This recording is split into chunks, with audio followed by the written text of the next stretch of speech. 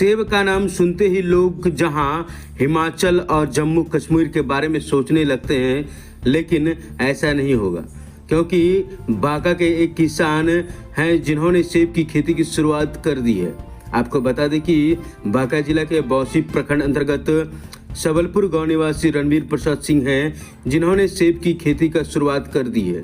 बताते हैं कि सेब की खेती आमतौर पर हिमाचल और जम्मू कश्मीर में की जाती है, लेकिन एक ऐसे वैरायटी है जो गर्म प्रदेश में भी आसानी से इसकी खेती कर सकते हैं। साथ ही बताते हैं कि इस बार की फल काफ़ी अच्छी आई है और 1 एकड़ में 400 पौधा लगाने की तैयारी कर रहे हैं, जो एक बेहतरीन इनकम का सोर्स बन सकता है।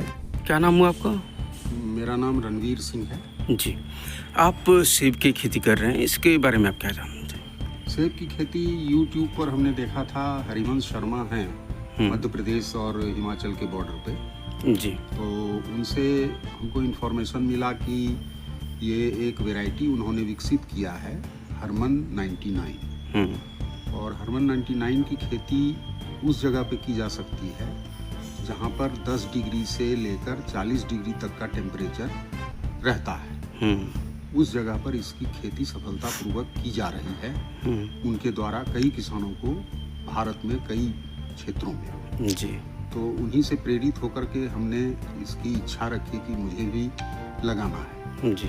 तो यहाँ खड़हारा में एक सोनू चौधरी हैं जिनका एक नर्सरी भी है। उनसे हमारी चर्चा जब हुई तो उन्होंने कहा कि मैं आपको सेब का प्लांट दूंगा। फल पहली बार आया है, फूल इसमें काफ़ी आया हुआ था, लेकिन कुछ ऑर्गेनिक तरीके से जो मुझे स्प्रे करना चाहिए था नहीं कर सका समय पर, इसलिए बहुत फूल जो है वो ड्रॉप कर गया या जल गया। लेकिन इसकी खेती यहाँ सफलतापूर्वक की जा सकती है। इसमें खर्च बहुत ही कम है, इसे लगा देना है जी। और इसकी आयु 75 से 100 वर्ष बताई जाती है जी। और ये एक ऐसी वैरायटी है जिसमें कि प्रत्येक वर्ष आपको फल मिलेगा जी। केवल इसकी ऑर्गेनिक तरीके से रख रखाव करना है, जमीन में कोड़नी है, चाहे पानी पटवन है, स्प्रे है, ये सब चीज़ का ध्यान रखा जाना चाहिए। इसमें सालों भर तक फल आता है? नहीं, 2 बार इसमें फल आएगा जी। क्या सीजन होता है उसका? सीजन है कि एक तो फरवरी मार्च में इसमें फूल आएगा और जून जुलाई तक में एक मतलब फल निकल जाता है जी। फिर जो है जो बताया गया है मुझे, अक्टूबर में फिर से फूल इसमें आता है जी। और अक्टूबर का फूल जो है वो आपका दिसंबर तक में फल हमको मिलता है। इसकी क्या कॉस्टिंग पड़ी थी आपको? कॉस्टिंग इसमें जो है 100 रुपये मान के चलिए एक प्लांट की कीमत आती है जी। और मान लीजिए अगर आप किसी नर्सरी से आप लेते हैं तो उनका कोरियर वगैरह खर्चा वगैरह जो भी होता है जोड़ जाड़ के 200 से 250 रुपये में प्रति प्लांट आपको मिल जाता है। आपकी क्या प्लान है अभी की? मेरा प्लान ये है कि इसका सेब का जी। और इसमें जो है इसका जो डिस्टेंस रखा जाता है मात्र 15 फुट की दूरी पर इसका प्लांटेशन होता है और ज़मीन भी बहुत कम हमको इसमें जो है एरिया कम लेना होगा और इसमें एक रेयर फल होगा इस क्षेत्र के लिए। जो भी किसान फल की खेती करते हैं उनके लिए एक बहुत बड़ी उपलब्धि हो सकती है। इसकी समय समय पर कटाई कैसे की जाती है? इसकी कटाई नहीं की जाती है, मतलब जो निकले।